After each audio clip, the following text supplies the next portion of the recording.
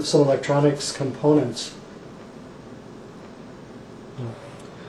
Close-up of the various types of resistors.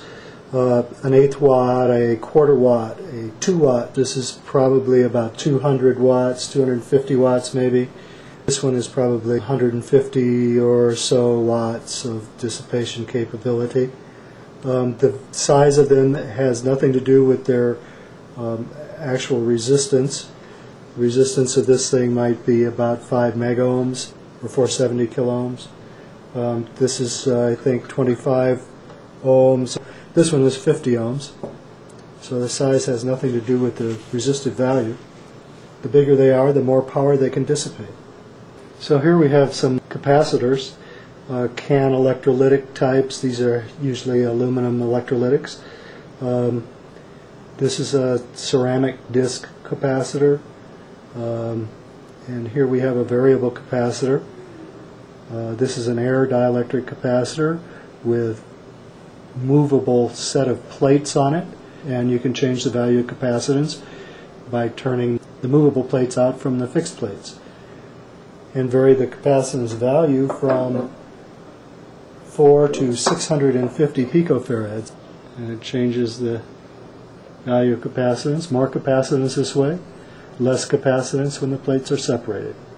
This larger capacitor is a 10,000 microfarad capacitor and capable of having 125 volts DC across the plates. So we've already charged up this 10,000 microfarad capacitor up to around 80 volts or so, and so these capacitors hold charge, and this is what happens if we short this capacitor out.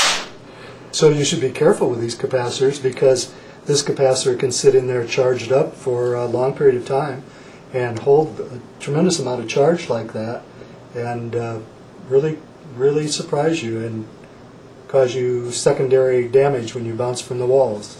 So here are some diodes. We have a small signal diode here. Its maximum rating is about 75 milliamps. A rectifier diode that has a rating of about 2 amps. This Zener diode has a half an amp maximum, probably in the reverse direction.